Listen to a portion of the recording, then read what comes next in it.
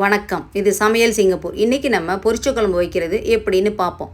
ஒரு மண் சட்டி அடுப்பில் வச்சுட்டு மண் சட்டி சூடானோ 2 டேபிள் ஸ்பூன் அளவு கடலை எண்ணெய் ஊற்றிக்கணும். எண்ணெய் சூடானோன்னே அரை டீஸ்பூன் அளவு சோம்பு போட்டுக்கணும். சோம்பு நல்லா பொரிஞ்ச பிறகு நறுக்கி வச்சுருக்க 2 பெரிய வெங்காயத்தை போட்டுட்டு 2 கொத்து கறிவேப்பிலை போட்டுக்கணும். 1/4 டீஸ்பூன் அளவு உப்பு போட்டு வதக்கிக்கணும். அப்போ தான் வெங்காயம் சீக்கிரமாக வதங்கும். வெங்காயம் நல்லா வதங்கின பிறகு 1 டீஸ்பூன் அளவு இஞ்சி பூண்டு விழுது போட்டுக்கணும்.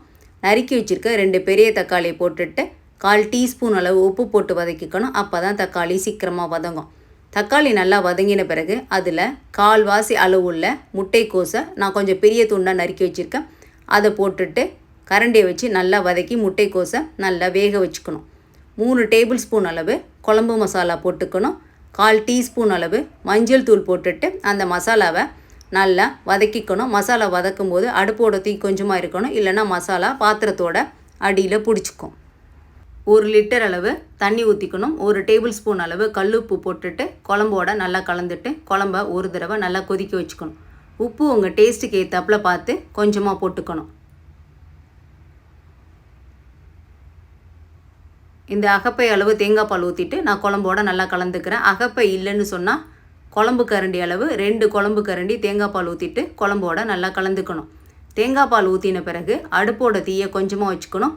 தேங்காய் பால் ஊற்றின பிறகு குழம்பு அடுப்பில் ஒரு 5 நிமிஷம் இருந்தால் போதும். அதுக்கப்புறம் நம்ம அடுப்பை ஆஃப் பண்ணி வச்சிடலாம். இந்த முட்டைக்கோஸில் நிறைய நார்ச்சத்து இருக்குது. அதனால் இதை நம்ம அடிக்கடி உணவில் சேர்த்துக்கிறது உடம்புக்கு ரொம்ப நல்லது.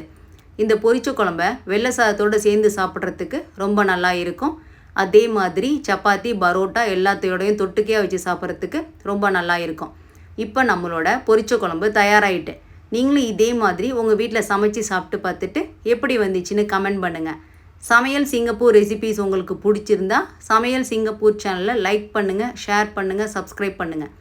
இதே மாதிரி வேறு ஒரு சமையல் வீடியோவில் உங்கள் எல்லாரையும் நான் மீண்டும் சந்திக்கிறேன். அதுவரை உங்களிடம் இருந்து வணக்கம் கூறி விடைபெறுவது உங்கள் சமையல் சிங்கப்பூர். நன்றி, வணக்கம்.